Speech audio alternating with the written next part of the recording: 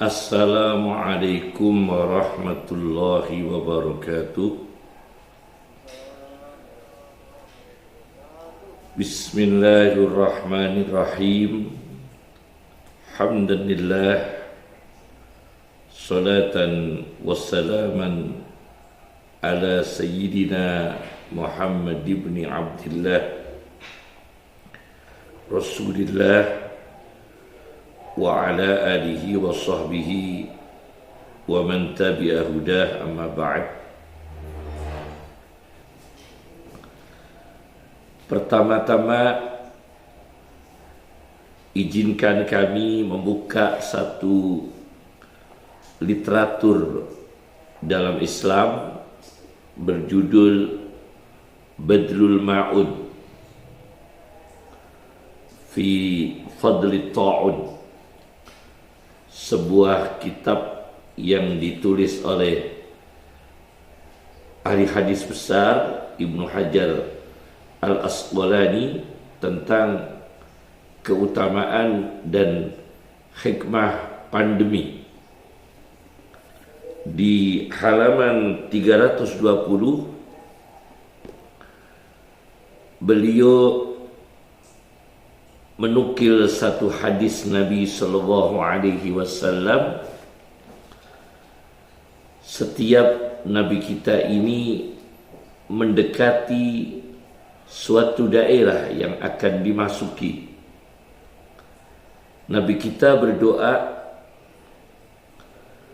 "Ya Allah, kami memohon kepadamu dari kebaikan bumi ini yang akan kami masuki, dan dari kebaikan apa-apa yang dikumpulkan dalam bumi ini, dan kami berlindung kepadamu ya Allah dari keburukan bumi ini dan keburukan apa-apa yang dikumpulkan oleh bumi ini. Ya Allah, berikan rezeki pada kami produksi-produksi dari bumi ini, dan lindungi kami dari pandemi. Wa a'izna min wabaha, lindungi kami dari pandemi yang terjadi di bumi ini. Wa habibna ila ahliha, dan cintakan kami pada penduduk bumi ini. Wa habib salihi ahliha ilaina, dan cintakan mereka yang salih dari penduduk bumi ini, cintakan kepada kami. Ini doa dibaca oleh Nabi sallallahu alaihi wasallam setiap masuk di satu daerah. Allahumma inni as'aluka min khairi hadhihi al-ardi wa khairi ma jama'at fiha, wa a'udzu bika min syarriha wa syarri ma jama'at fiha. Allahumma rzuqna janaha wa a'izna min wabaha wa habibna ila ahliha wa habib salihi ahliha ilaina. Dalam hadis ini berarti orang soleh itu sangat berperan. Setiap negeri orang soleh itu berperan untuk meluruskan keyakinan, untuk meluruskan akhlak, untuk melindungi penduduk dari bahaya kerusakan moral, bahkan bahaya dari bencana. Itu sangat diperankan orang-orang soleh. Al-Quranul Karim dalam teorinya, saya mengambil dari teori dari huruf H. Huruf H itu dalam Al-Quran 14.849 huruf.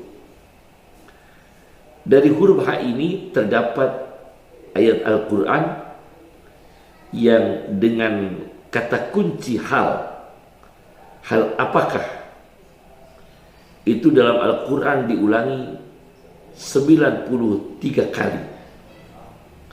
Nah, bagaimana kita menjadi orang soleh yang berpotensi untuk meluruskan manusia ke jalan yang benar, untuk melindungi manusia dari kerusakan akhlak, dari bencana, termasuk dari pandemi, termasuk dari bencana alam. Peranan ulama, peranan aulia, peranan orang-orang salih.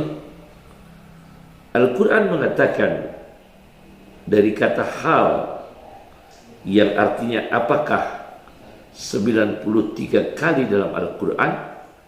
Al-Quran mengatakan fahal antum muntahun, fahal antum muslimun, fahal antum syakirun,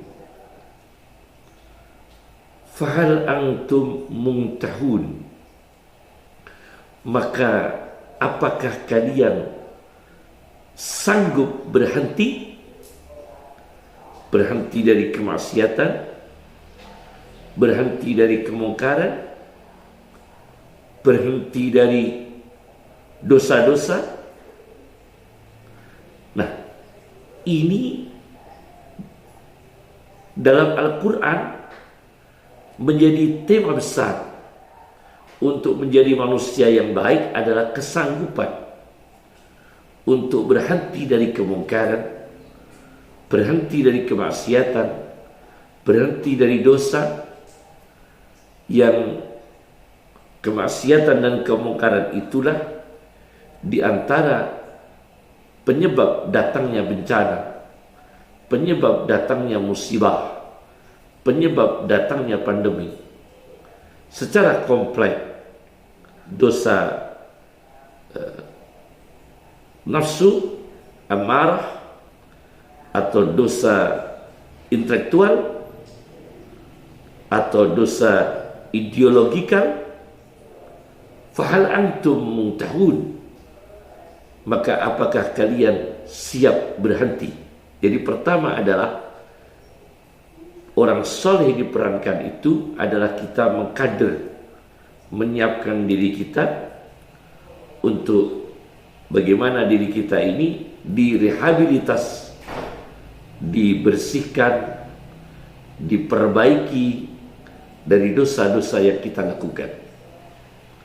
Kemudian Al-Quran bicara fahal antum muslimun, maka apakah kalian bersedia tunduk kepada Allah?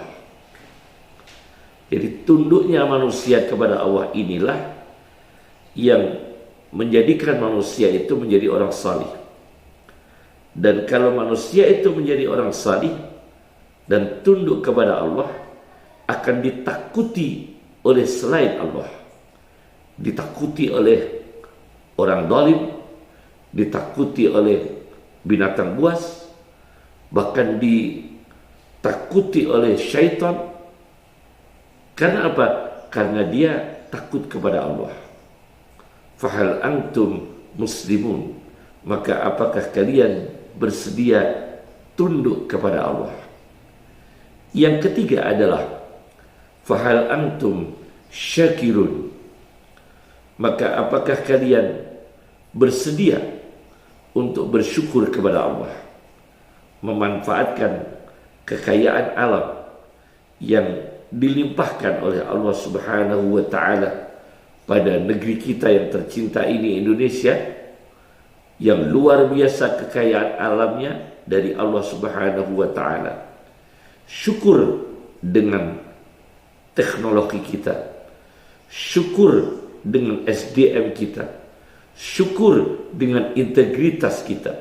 Nah, kita gabungkan antara berhenti dari dosa, yaitu fahal antum muntahun, kemudian kepatuhan kepada Allah, dan syukur kepada Allah. Kalau tiga ini digabungkan, maka menjadi orang salih, para wali yang bisa membendung dengan izin Allah dari musibah yang terjadi di suatu negeri. Ini penting sekali. Maka ada satu literatur yang diteliti oleh Dr. Fadil dari Turki, yang literatur itu banyak ditemukan di perpustakaan Vatikan Roma, Italia, adalah karya-karya Syekh Abdul Qadir Al-Jilani. Di antaranya ada karya Syekh Abdul Qadir Al-Jilani, yaitu Nasaikhul Jailani, tentang satu dari pengembangan tiga ayat tadi, yaitu berhenti dari dosa, kepatuhan kepada Allah, dan bersyukur, yaitu satu, memunculkan sifat konseling diri untuk jiwa kita, untuk akhlak kita, untuk kepribadian kita. Nah, ini diisyaratkan oleh dialog yang diceritakan oleh Syekh Abdul Qadir Al-Jilani dalam karya ilmiahnya Nasaikhul Jailani, adalah konseling yang dikumpulkan oleh Syekh Abdul Qadir Al-Jilani di halaman 233, 236, 237 tentang dialog Nabi Musa dengan iblis. Pada akhir dialognya itu, iblis menjelaskan kepada Nabi Musa alaihissalam tentang item-item dosa yang menjadikan manusia ini mendapatkan bencana, yang menyebabkan manusia itu mendapatkan musibah. Nah, dosa-dosa apa yang disebutkan oleh iblis ketika dialog dengan Nabi Musa dalam literaturnya Syekh Abdul Qadir Al-Jilani adalah, pertama, la tajlis ala ma'idatin wa 'alaiha muskil. Janganlah duduk di atas hidangan yang ada minuman keras. Fa innaha ummul khaba'is. Karena minuman keras itu adalah induk dari segala kejahatan.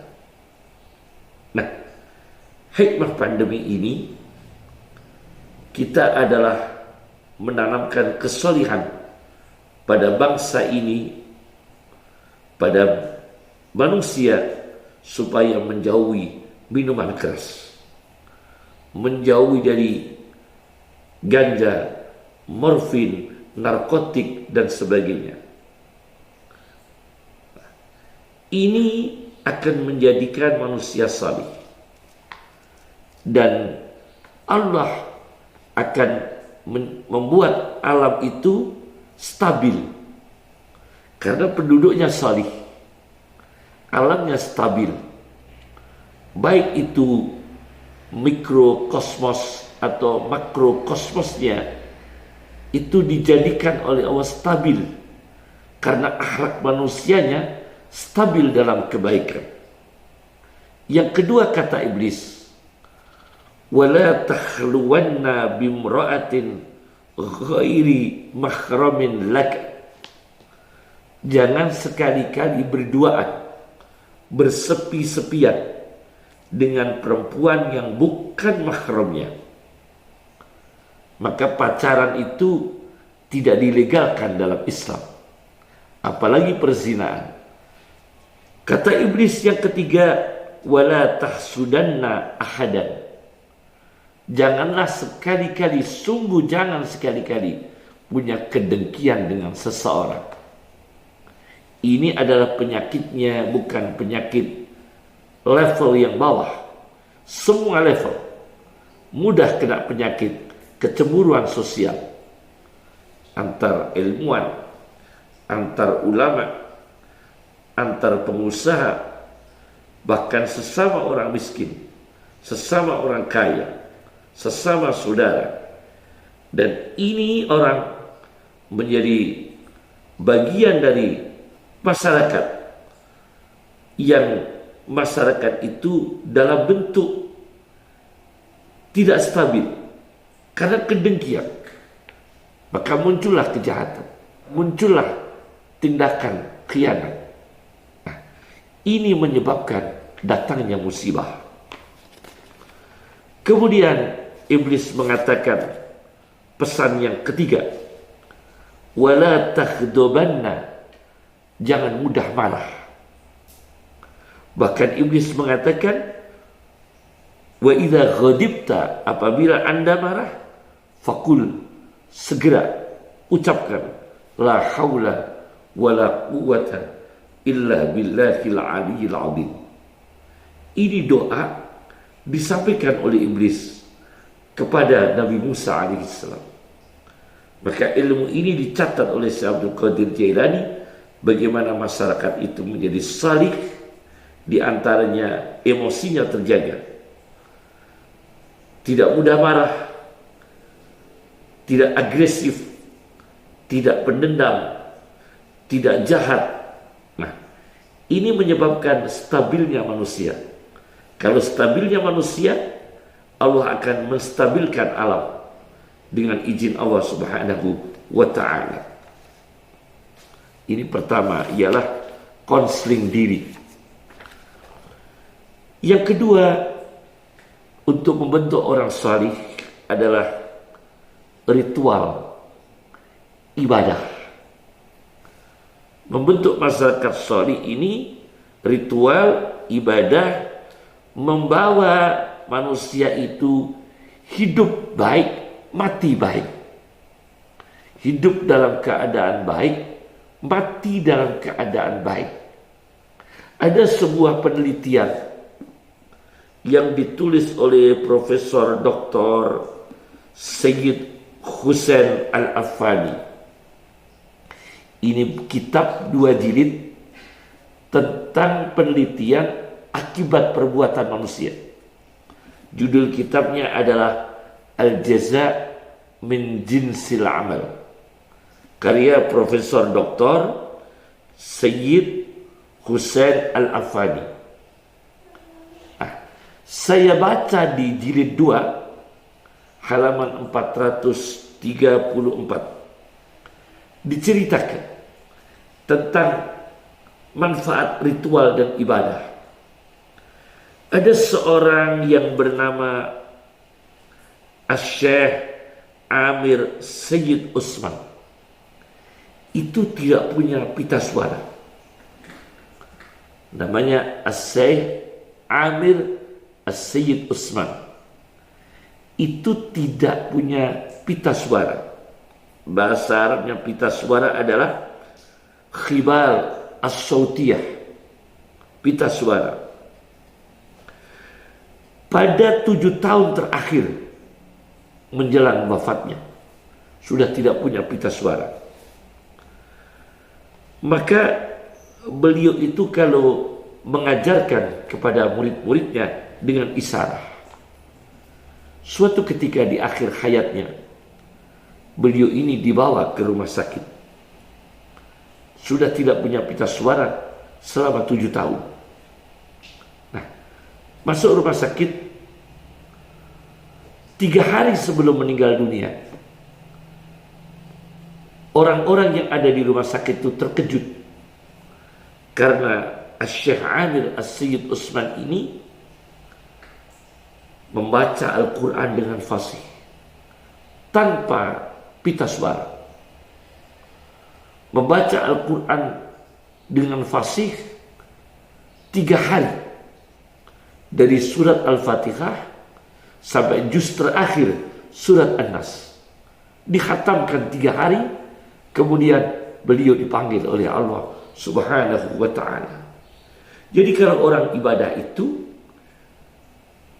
menjadi manusia yang salih, hidup baik, mati pun dalam keadaan baik. Al-hayat khairullah, al-wafat khairullah. Hidup baik baginya, mati baik baginya. Ini orang manusia yang stabil. Dan insya Allah orang seperti ini distabilkan kehidupannya, distabilkan rezekinya, distabilkan kebahagiaannya. Ini penting sekali. Karena apa? Ibadah ritual menjadi hidup baik, mati yang baik. Ini orang sangat ajaib kalau berdoa. Biasanya diperankan untuk memimpin doa di negara-negara Muslim untuk menghadapi perang. Seperti ketika perang membutuhkan doa, Sultanul Ulama Izzuddin bin Abdissalam diperankan berdoa untuk menghadapi perang di negara tersebut. Syekh Ahmad Al-Badawi juga diperankan berdoa. Di Indonesia sendiri ketika menghadapi Belanda, itu di Wonokromo di Surabaya ada khusus markas ulama menampung ulama-ulama yang soleh. Diperankan ulama-ulama yang soleh, tidak bersenjata dengan teknologi, tapi dengan kekuatan ruhaninya, kekuatan spiritualnya, dan kedekatan beliau-beliau dengan Allah Subhanahu wa ta'ala untuk melindungi bangsa Indonesia. Ini yang kedua. Yang ketiga adalah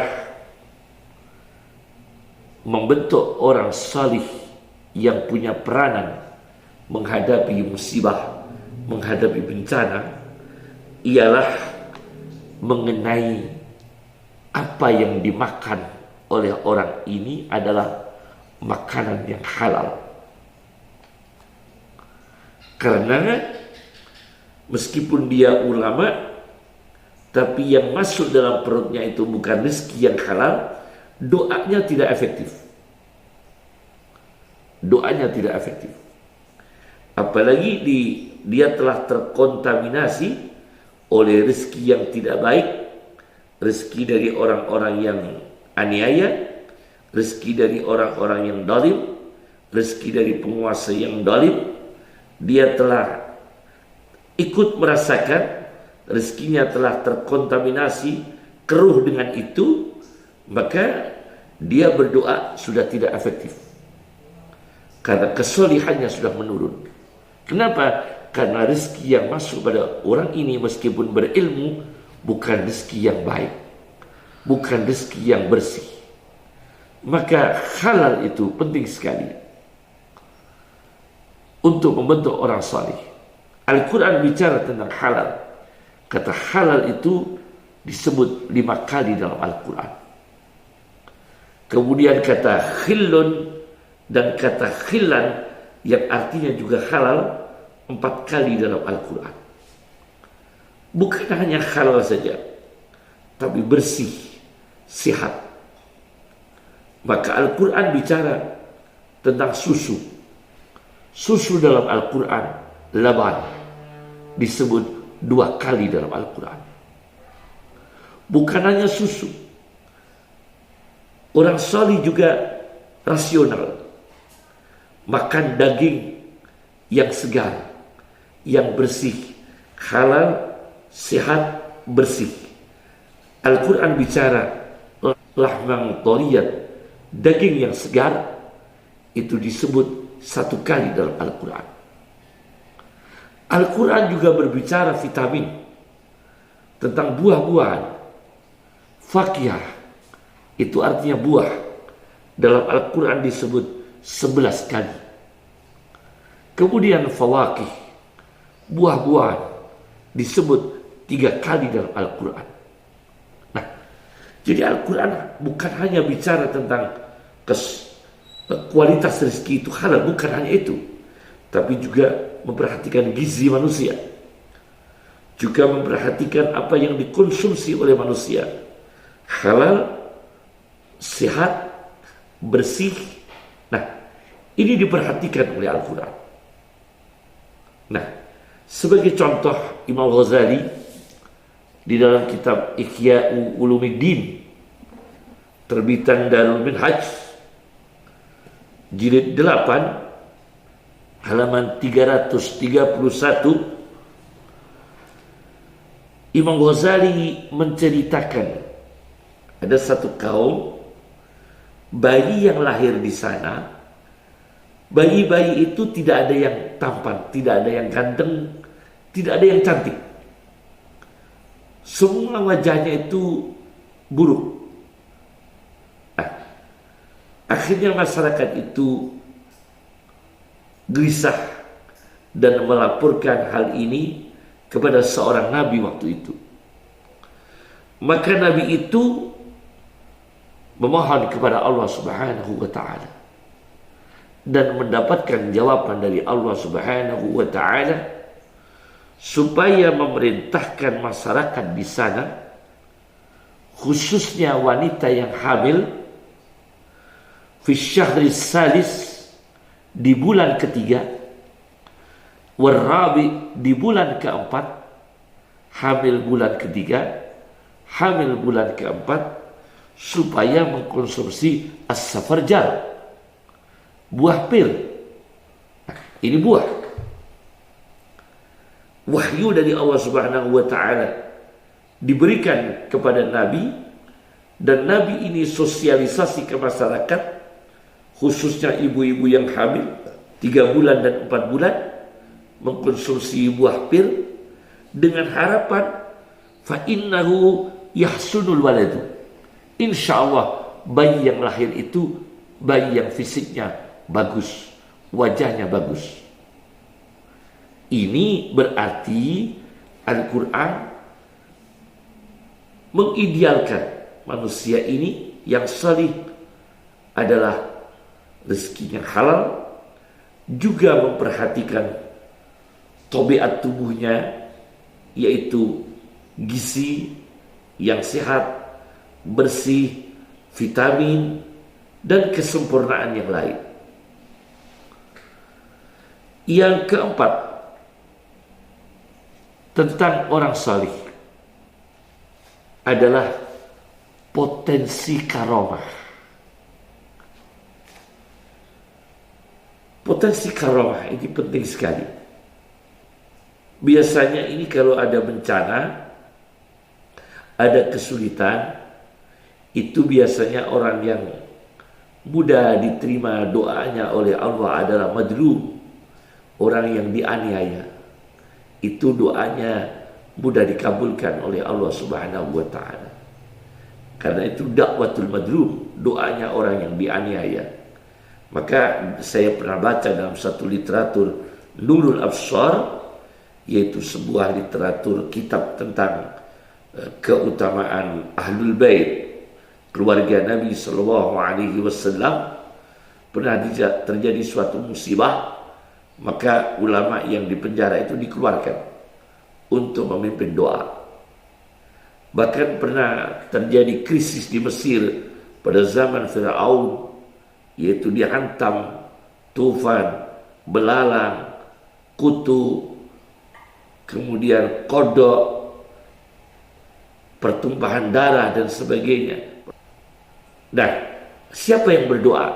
Bukan Fir'aun, tapi doa itu diserahkan oleh Musa alaihissalam. Ya Musa du'u lana rabbak. Fir'aun mengatakan, wahai Musa, engkau yang berdoa kepada Tuhanmu untuk kita semua ini, bangsa Mesir, bangsa wilayah Fir'aun. Nah, ini doa ketika terjadi bencana. Siapa yang berdoa? Bukan Fir'aun, bukan menteri-menterinya Fir'aun, tapi Musa alaihissalam. Dan siapa yang memohon doa kepada Musa? Fir'aunnya sendiri. Jadi orang salih yang mewakili berdoa. Maka Indonesia ini insya Allah masih banyak orang salih, Dan kriterianya tadi, dia tidak terkontaminasi rezeki yang haram, baik itu secara pribadi, kelembagaan, apapun. Dia bersih, hatinya bersih, emosinya bagus. Nah, maka potensi orang salih yang keempat adalah potensi manfaat dari orang salih. Saya baca sebuah kitab kontemporer yang baru ditulis ketika terjadi pandemi terakhir ini, yaitu kitab Fatawa Nawazil Wabak Corona. Jadi kitab ini judulnya Wabak Corona COVID-19. Ini kitab halamannya itu mencapai 741, mengkupas tentang COVID Corona, karya Dr. Syauqi Ibrahim. Saya baca di sini di halaman 573, pernah terjadi di sebuah daerah Mahallah itu Mesir. Maka populer Imam Mahalli yang menulis sebagian dari tafsir Jalalain, yaitu Jalaluddin Asyuti dan Jalaluddin Al-Mahalli. Al-Mahalli itu daerah Mahallah dari Mesir. Pernah terjadi pandemi wabah di daerah Mahallah Mesir. Maka seorang ulama besar, walinya Allah yang salih, mimpi bertemu Nabi Sallallahu Alaihi Wasallam. Dalam mimpinya itu, Nabi memberikan doa untuk menghadapi bencana nasional, untuk menghadapi wabah, menghadapi pandemi. Kemudian dalam mimpinya itu, Nabi memerintahkan orang soleh ini untuk menulis doa yang akan disampaikan Nabi. Anda tulis, padahal dalam mimpi. Tentunya ini ulama, ini orang soleh yang dalam mimpinya bertemu Nabi dan diperintah Nabi untuk menulis doa, tidak bawa pena, tidak bawa tinta, tapi Nabi merintahkan tulis dengan jari-jari Nabi yang mulia menunjuk pada telapak tangan orang ini. Anehnya, begitu orang ini terbangun dari tidur, di telapak tangan itu sudah ada doa. Sudah ada doa yang disampaikan Nabi dalam mimpi. Ini kejadian yang luar biasa. Jadi Nabi menyampaikan doa kepada orang ini dalam mimpi dan memerintahkan untuk ditulis. Nabi menunjuk telapak tangan orang ini. Begitu orang ini terbangun dari tidurnya, telapak tangan itu sudah ada tulisan doa Nabi Sallallahu Alaihi Wasallam. Dan doa ini akan saya bacakan. Akan saya bacakan untuk kita semua, untuk segenap manusia, untuk bangsa Indonesia, khususnya saudara-saudara kita yang menderita terpapar COVID Corona 19. Doa ini akan saya bacakan. Bismillahirrahmanirrahim. Dengan menyebut nama Allah yang Maha Pengasih dan Penyayang. Wa sallallahu ala sayyidina Muhammadin wa alihi wasallam. Dan semoga Allah senantiasa memberikan rahmat dan keselamatan bagi junjungan kita, Tuhan kita Muhammad dan seluruh keluarganya.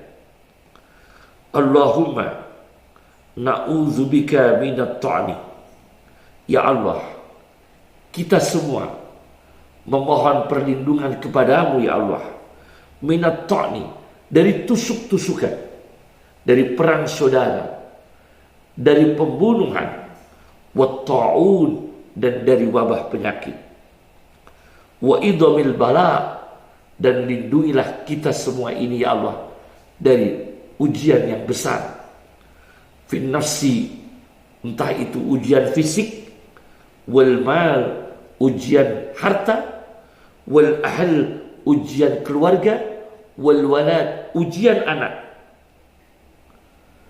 Allahu Akbar, Allahu Akbar, Allahu Akbar. Allah Maha Besar, Allah Maha Besar, Allah Maha Besar. Mimma nakhafu wa nahzar, dari apa-apa yang kita takuti dan apa-apa yang kita khawatirkan. Allahu Akbar, Allahu Akbar, Allahu Akbar. Allah Maha Besar, Allah Maha Besar, Allah Maha Besar. Adada zunubina, sejumlah dosa-dosa kita, hatta tughfar, sehingga dosa kita Engkau ampuni ya Allah. Dosa kita semua ini, dosa kita semua ini, berkenanlah Engkau mengampuninya ya Allah. Allahu Akbar, Allahu Akbar, Allahu Akbar. Allah Maha Besar, Allah Maha Besar, Allah Maha Besar. Wa sallallahu ala sayyidina Muhammad wa alihi wasallam. Salawat dan salam dari Allah Subhanahu wa ta'ala semoga senantiasa untuk junjungan kita Muhammad dan segenap keluarganya. Allahu Akbar, Allahu Akbar, Allahu Akbar. Allah Maha Besar, Allah Maha Besar, Allah Maha Besar. Allahumma kama syafa'ta nabiyana, ya Allah, seperti Engkau memberikan syafaat, seperti Engkau izinkan Nabi kita, ya Allah, Engkau izinkan memberikan syafaat kepada kita manusia. Fa'amhilna, maka berikanlah tempo waktu, tempo hidup, tempo panjangnya umur dengan berkah kepada kita. Wa'mur bina manazilana, dan bangunlah ya Allah tempat-tempat kita ini, negeri kita ini, masjid-masjid kita ini, kampus-kampus kita ini, sekolah-sekolah kita ini, jadikan makmur, kembali aktif, kembali stabil, kembali normal. Wala tuhlikna bizunubina, dan janganlah Engkau menghancurkan kami, membinasakan kami akibat dosa-dosa kami. Ya Arhamar Rahimin, wahai Allah yang Maha kasih sayang di antara yang penyayang. Wa sallallahu ala sayyidina Muhammad, wa sallallahu ala sayyidina Muhammadin wa alihi wasallam. Dan salawat dan salam dari Allah Subhanahu wa ta'ala senantiasa, semoga senantiasa untuk junjungan kita Muhammad dan segenap keluarganya. Ini yang bisa saya sampaikan. Assalamualaikum warahmatullahi wabarakatuh.